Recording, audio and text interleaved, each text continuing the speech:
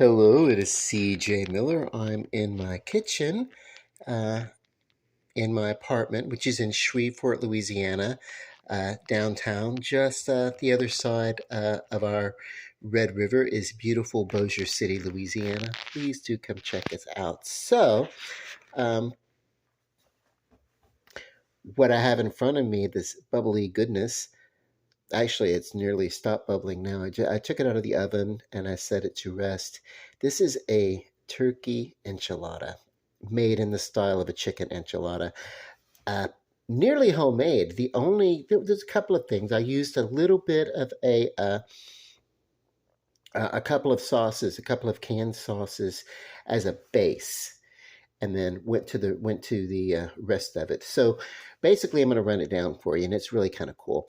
You can do a homemade enchilada sauce if you want, and that's great. And I'm talking about straight from tomato paste, uh, which honestly, if you really want to know the truth, is not truly from scratch. It is from scratch, but how many people really get a good tomato paste from a tomato? And pound that out, and then uh, thicken it up and add the starches and gluten and everything like that, and make that tomato paste themselves. No, no, no. You always get a canned tomato paste. So, um, but close enough that I'm going to be comfortable with the fact uh, that I'm going to go ahead and call this homemade. Uh, because I did not use a tomato paste, I used a canned tomato soup, Campbell's tomato soup. Because everything that they tell you to do with that tomato paste, you end up essentially, it's basically tomato soup. So anyway, condensed. I took condensed tomato soup. So I just added the uh, tomato soup condensed. Uh, well, I'll tell you, the first thing I did was I took the half of turkey, approximately whatever, boiled it down off of the bone. It was already roasted, and I left the skin on too because that skin was covered in all sorts of the green herbs and everything that I'd done for the roasting. So I wanted those flavors in there also. So I boiled all that down.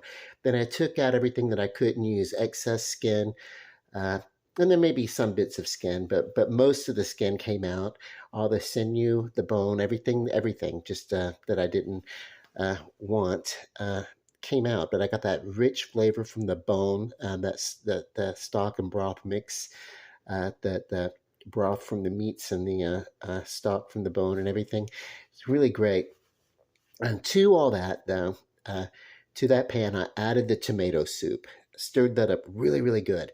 Then I added large amounts of dried oregano, dried garlic powder, dried onion powder, chipotle chili pepper, traditional chili pepper, uh, and then table salt.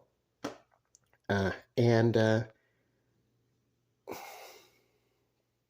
maybe a little black pepper to taste. But the salt and pepper you do to taste, pretty much all that you do to taste, but you do it till you get that good balance.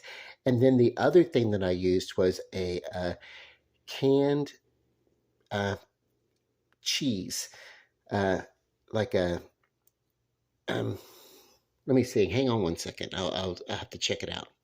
Anyway, I literally have already taken out the. I don't know why I had to clarify with literally, but I took the trash out, and that's where I had the cans of the cheese sauce I was going to show.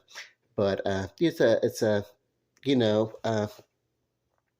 yeah, just a Mexican cheese sauce. It has a little bit of spice to it. I like it. I like it as a dip. I like it really for cooking like this. It's a great for that kind of stuff. But I added that. So probably, yeah, if I needed to, as this was cooking, all those things were cooking into the turkey, the shredded turkey. If I needed to add a little water uh, uh, every once in a while to keep it all moist, and I kept it covered. I let it cook probably for about an hour, and then as I let it uh, sit on the stove off the heat long enough to cool down so that I could put it in the refrigerator, and I let it sit in the refrigerator for a little bit until I was ready to make this. Uh, and so I took it out and I put it in. In this case, you want to use corn tortillas if you can. I didn't have corn tortillas. I had soft flour tortillas. So that's what I made the wrap out of, and it works. It works. But if you can really use a corn tortilla, it would be better, more traditional, to be honest with you. Uh, but I rolled the filling, the stuffing, after I heated it up. You know, I didn't want to put cold. I wanted to put it back on the stove top for probably about another half hour. Um, make sure that it was the consistency that I wanted, you know, which was nice and thick, but still moist, you know. Anyway, those flavors are all the way through here. It's really good. Um, ooh, one thing I need to do. Ha! Shredded parsley, dried shredded parsley. Um, my garnish. It's great. As I slice into this, because I'm not gonna. These are like individual, but I'm gonna like, yeah, whatever. I'm gonna slice into it as if it were lasagna or something like that. Because it's at this point, I'm the only one eating it, and it really does. It's not gonna matter. Um, how it looks, as long as it looks kick ass on my plate, going down my throat and in my stomach.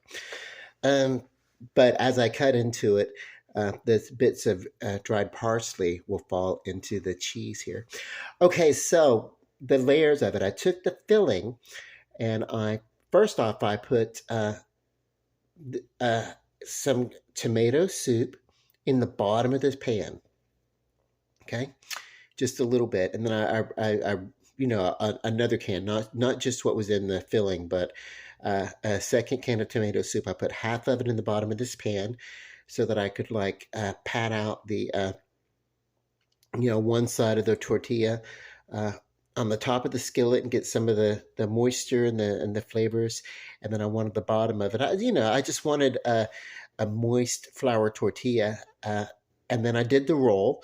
As I put it in the pan, I made like a little wrap, a roll, stuffed it full, almost like a manicotti sized uh, filling or a wrap or something. If this were a pasta, it would be an Italian dish, but instead it's a tortilla. Therefore, you get Mexican. It's a very similar flavors here, though. Um,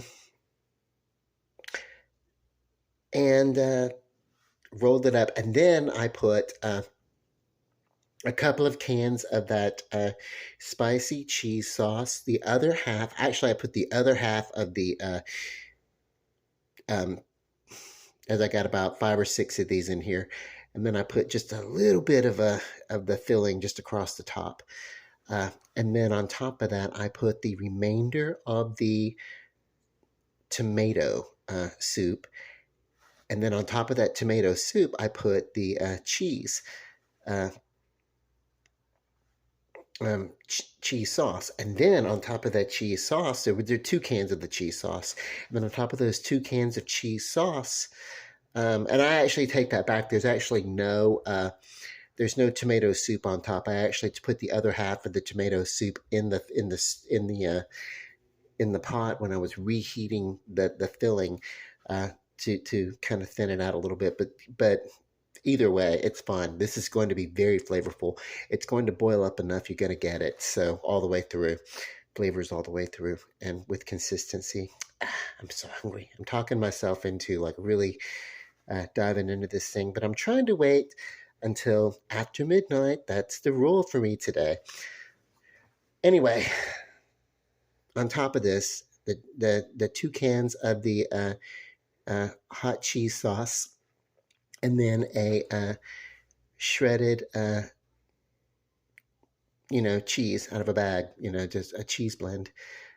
Any of it would work, and then heat it up till it's wonderful like this. And then the toppings, and looking behind me, it is, yeah, it's time for me to eat. So hang on, I'm going to plate this up. We'll see what it looks like. Oh, you want to do, when you do this, You want to get your cheese kind of brown like this on the top, but don't burn it. And do it to taste. If you like a good burn up cheese, go ahead. But yeah, you can pretty much correct anything. But if you really oversalt something, or if you really burn something, it's kind of difficult to get that char flavor once it gets through in there, and it's really hard to get that salt. Now, salt is going to be tempered by the cream within the cheeses and milk products and stuff like that. So that can help, but you really can't like just fix a truly overly salted something. Anyway, whatever.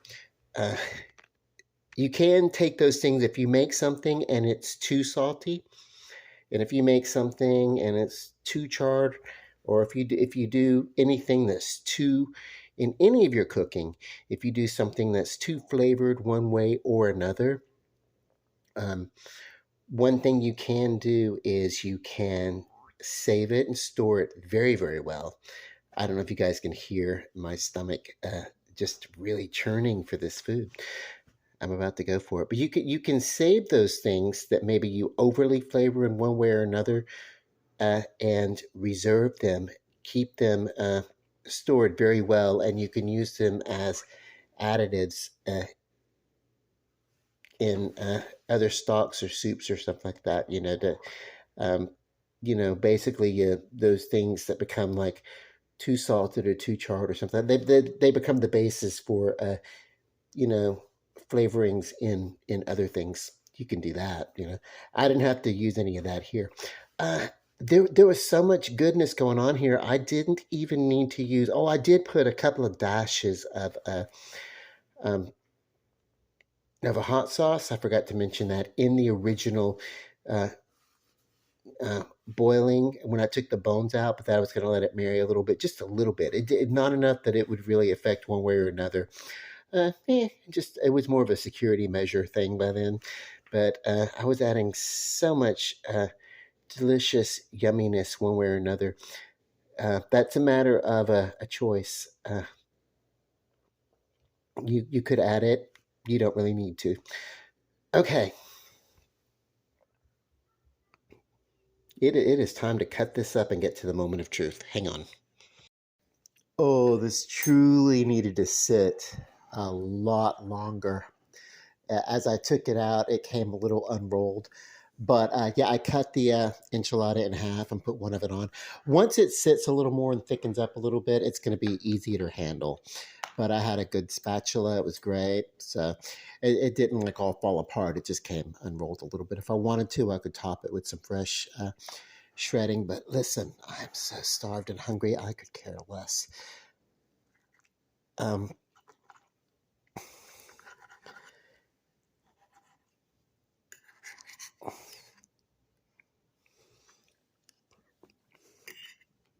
mm, damn, this is delicious.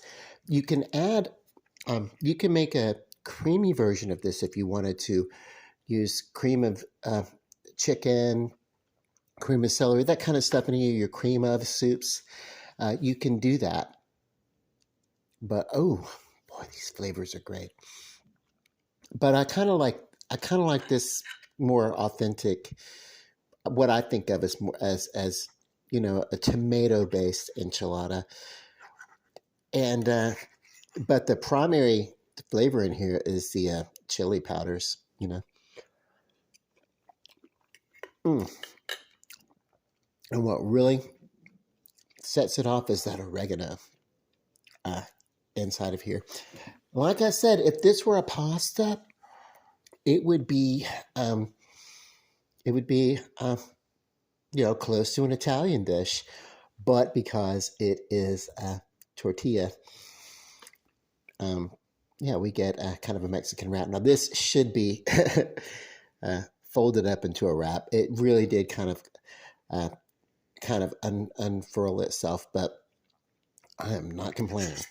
Uh, and by the time I get around to having like the other half of this enchilada, which I will, um, the insides would have cooled down more. And as it cools down more, it's going to become more formed.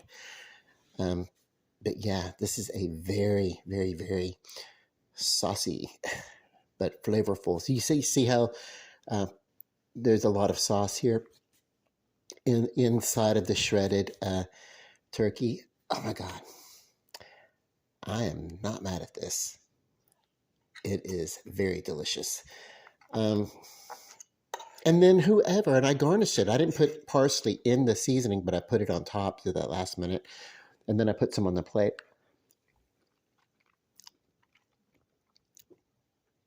When I was younger, I used to think parsley was primarily for garnishing and didn't think that it had too much flavor. But a really good parsley will have uh, a flavor. It'll almost have a sweetness to add to it. Just a natural leafy kind of sweetness, but it's not really a sugary kind of flavor. But yeah, it's there. This is wonderful. This recipe, um, with just a slight bit of tweaking, could be a total classic. What I would do for this is, because I usually this is kind of what I do with a um, what I do with a chicken. So what I would do with this is I maybe would put a little bit less stuffing in it, so to get a tighter roll, and then just yeah, just that probably would help a lot. And then I don't know. That's about it. That's about all. But I don't give a damn. This is delicious. I love you guys. This recipe is a winner. Um, you know what I could do with this though, if I didn't want to bother with the wrap, is I could take the tortillas, and the corn tortilla probably would have held together a little bit better too. More traditionally, it should have been a corn tortilla. But either way, what you can do with this, you actually can like layer it and make sort of a Mexican lasagna kind of thing, a little whatever. Do your own little shape with it. We used to do that enchilada casserole, where it wasn't like an actual like a um, roll up that layer of. When there's so much stuff going on here that it's almost like that. Um, so whatever way it comes out for you, it's going to be definitely delicious. Um, that's all I gotta say, man. Love you. Peace, love, and light. Have a good night.